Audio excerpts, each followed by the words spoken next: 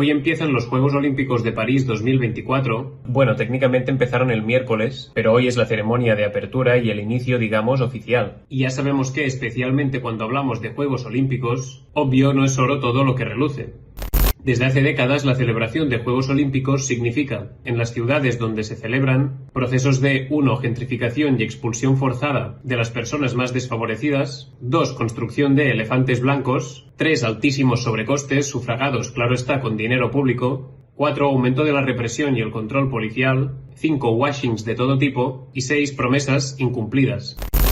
Respecto a la gentrificación y expulsión forzada, hay infinidad de casos. Por ejemplo, en los preparativos para los Juegos Olímpicos de Pekín 2008, Human Rights Watch denunciaba el desalojo, demolición de sus casas y reubicación de cientos de miles de pekineses para dejar espacio para las infraestructuras olímpicas. Y también la expulsión forzada de trabajadores migrantes, recolectores de chatarra y personas mendicantes. Lo mismo ocurrió en Brasil, cuando en los preparativos de Río 2016, unas 6.600 familias fueron expulsadas forzadamente de sus casas y reubicadas lejos de ellas. La mayoría vivían en favelas u otros asentamientos precarios. Y lo mismo ocurrió en Tokio 2020, donde los residentes que vivían en más de 300 viviendas fueron expulsados, y algunos de los cuales ya habían sido desplazados en las anteriores Olimpiadas de Tokio de 1964. Es decir, no es solo que los pobres no tengan un asiento en los estadios olímpicos, sino que son su carnaza. Claro, no hacen bonito y no tienen dinero para gastar, ¿no? Así que, fuera.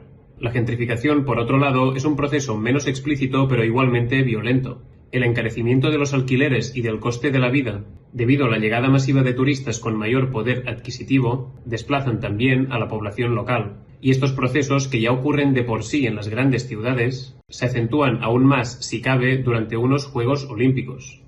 Los llamados elefantes blancos son construcciones que han supuesto una gran inversión económica y que acaban siendo ineficientes, poco rentables o subutilizadas. Y esto de los elefantes blancos es un clásico cuando hablamos de Juegos Olímpicos. Uno de los casos más conocidos es el del Estadio Olímpico de Montreal, en Canadá, llamado The Big O por su forma como de donut, y que fue construido para los Juegos del 76. A día de hoy, después de altísimos sobrecostes, interminables reparaciones estructurales, pagadas obviamente con dinero público, y eternización del proyecto, este estadio acoge a día de hoy encuentros deportivos puntuales o conciertos, pero no tiene un uso principal. Por esta razón, los canadienses ya hace tiempo que lo llaman The Big O, la gran deuda, un tremendo elefante blanco. Y en Río 2016 también hubo unos cuantos. Así lucía la piscina olímpica un año después de los Juegos, y así estaba el mítico estadio Maracaná, además de muchas otras infraestructuras olímpicas que habían caído en el desuso. Lo mismo que en Atenas 2004 con los estadios de vóley playa o hockey, el centro olímpico acuático o la pista de slalom de kayak, entre muchas otras. Es decir, miles de millones malbaratados en infraestructuras que se usan contadísimas veces y después, chao. Muy relacionado con lo anterior tenemos los sobrecostes de dinero público. Este paper, publicado en 2016 por un grupo de investigación de la Universidad de Oxford, encontró que todos los Juegos Olímpicos analizados entre 1960 y 2016 tuvieron sobrecostes, sin excepción. De media, este sobrecoste ha sido del 156% sobre el presupuesto inicial. En el ranking de los Juegos Olímpicos de verano despuntan Montreal 76, con un 720% de sobrecoste, y Barcelona 92, con un 266. Los sobrecostes, claro, los asume íntegramente la ciudad/país anfitrión. Respecto a la militarización y el aumento del control policial, este tipo de eventos que ponen una ciudad y un país a ojos del mundo entero crean como un estado de excepción en que las fuerzas policiales y represivas adquieren aún más poder del que ya tienen normalmente. Esto se materializa en mayor financiamiento para los cuerpos policiales, más y nuevas armas y dispositivos de control a su disposición, e incluso leyes especiales que sería mucho más difícil que la población aceptase si no hubiera este evento excepcional de por medio. Evidentemente, la justificación oficial de esto es la amenaza del terrorismo, y ciertamente ha habido ataques terroristas en Juegos Olímpicos. Uno fue el secuestro de atletas israelíes por parte del grupo palestino Septiembre Negro en Múnich 72, donde los secuestradores exigían la liberación de presos palestinos que estaban en cárceles israelíes, y bueno, todo acabó en desastre o masacre, como queráis llamarlo.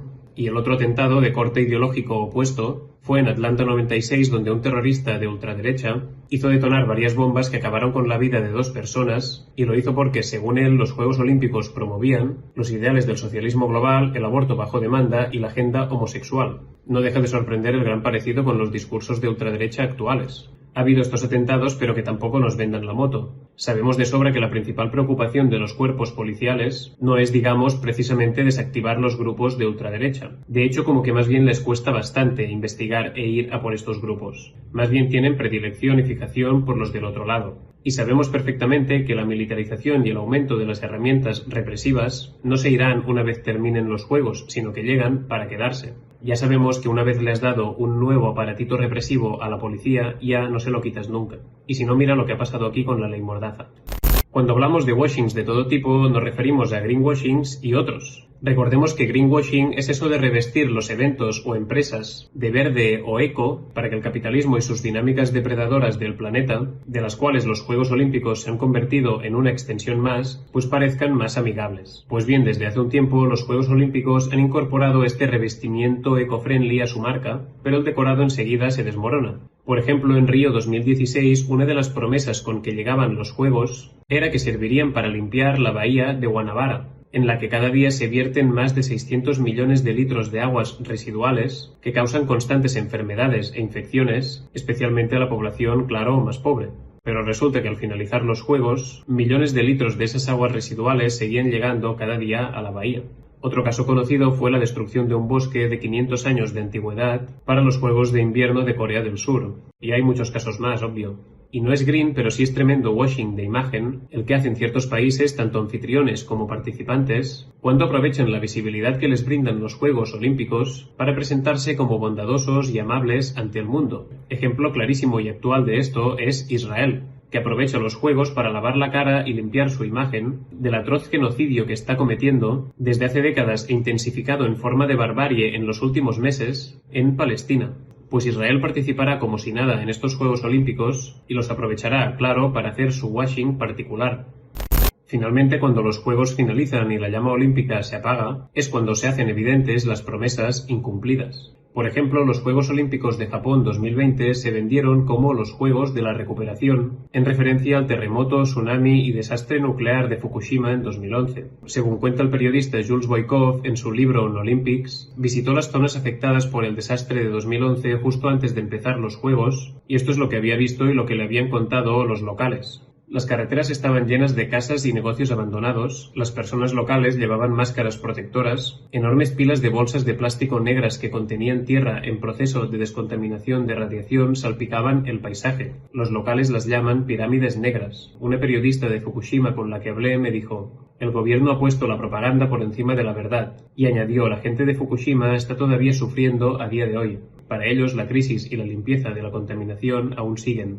Este es uno de los casos más flagrantes, pero ocurre muy a menudo en los Juegos. Por ejemplo, en Vancouver y Londres, las villas olímpicas donde se alojaron los atletas tenían que ser después viviendas a precio asequible. Finalmente, nada de eso ocurrió.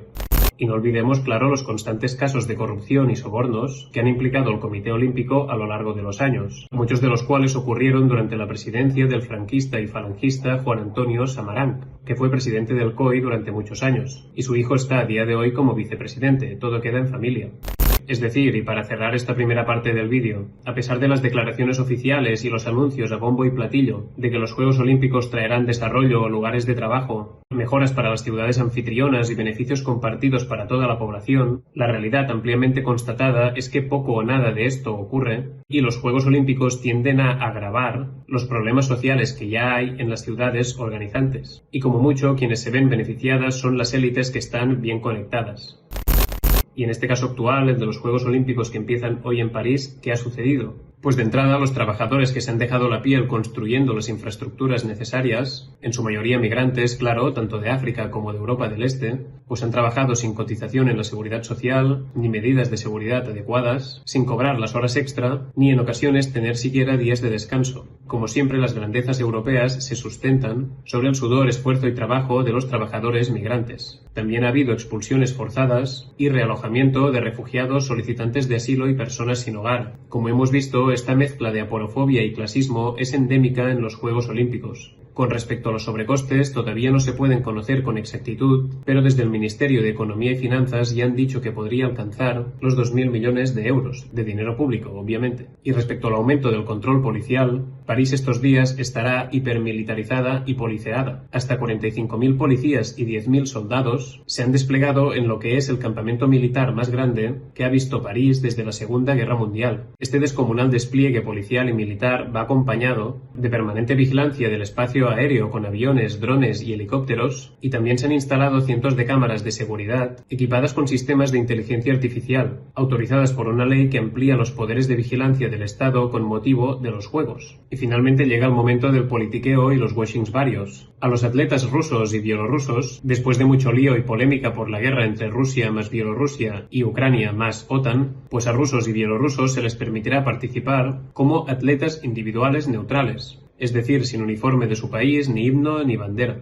Y claro, resulta que Israel participará con total normalidad. Y esto a pesar de que Israel ha asesinado al entrenador de fútbol del equipo olímpico palestino y también hasta 88 atletas de nivel mundial en los últimos meses, y también ha convertido el estadio Yarmouk de Gaza en un campo de internamiento, detención ilegal y humillación de palestinos. Pues bueno, el Comité Olímpico ha decidido que Israel participará con total normalidad y la alcaldesa de París ha redondeado el bochorno diciendo que sancionar a Israel en relación a los Juegos Olímpicos ni se plantea porque Israel es una democracia. La sangrante hipocresía de Occidente, una vez más, en toda la cara.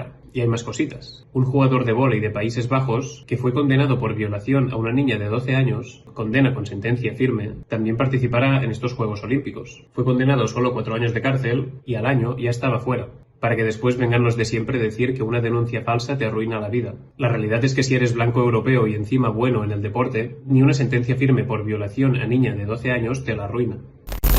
Va, un par de cositas buenas de los juegos para que no sea todo un drama. Una es que hay bastante paridad en lo que respecta a la cuota de pantalla, algo que realmente no ocurre en ningún otro momento si miramos la cuota de pantalla por género de los principales deportes en televisión. Y otra cosa que está guay es que muchas atletas aprovechan la visibilidad que les dan los Juegos Olímpicos para posicionarse políticamente y defender luchas por la liberación y la justicia social. Seguramente estos días veremos cosas del estilo. Y de hecho creo que esto tiene bastante que ver con que la realidad de la mayoría de los atletas olímpicos no es para nada la de deportistas de élite tipo fútbol. En realidad, muchísimos atletas olímpicos de primer nivel tienen problemas económicos e incluso en ocasiones se ven obligados a endeudarse. Según un reciente estudio que preguntaba a 500 atletas de diferentes países, el 58% afirmaba no ser financieramente estable. Y esto no es nada nuevo. Por ejemplo, esta medallista olímpica estadounidense se vio obligada a lanzar una campaña de GoFundMe para poder asistir a Tokio 2020 después de haber ganado medalla en Río 2016.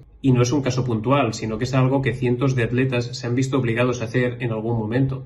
Y de hecho tampoco es raro, por desgracia, que medallistas olímpicas acaben viviendo en el limbo de la pobreza. Nota al pie, el franquista Samaranch se gastaba $500 la noche en hoteles de lujo y pedía botellas de vino de 750 cuando era presidente del Comité Olímpico.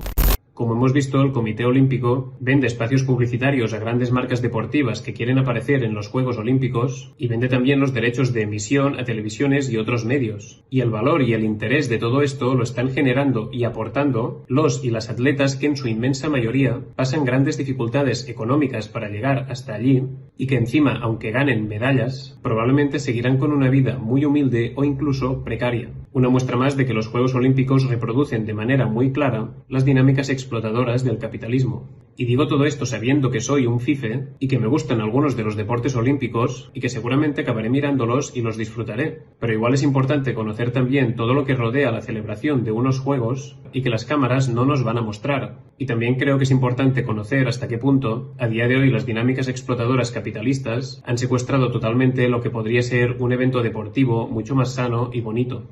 Máximo apoyo a las atletas, tú no, que se juegan en pocos días o incluso en segundos el esfuerzo sobrehumano de años, y también todo el apoyo a la buena gente de París y otros lugares de Francia que resisten la oleada de gentrificación, elitización y control policial que acarrean los Juegos Olímpicos. Y lo hacen además mediante modalidades deportivas propias como tenis, marcha atlética o fútbol. Vale, y recordatorio amistoso de que este canal se sustenta mediante donaciones de la audiencia y que si tú también quieres respaldarlo, puedes hacerlo en la página de Patreon, patreon.com/cuellolargo. Si te haces Patreon tendrás acceso exclusivo a los guiones originales de los vídeos, con todas las referencias enlazadas y contenido ampliado que se ha quedado fuera del vídeo final. Así que si quieres apoyar el canal y además tener este acceso a los guiones, pues hazte Patreon. Mil gracias.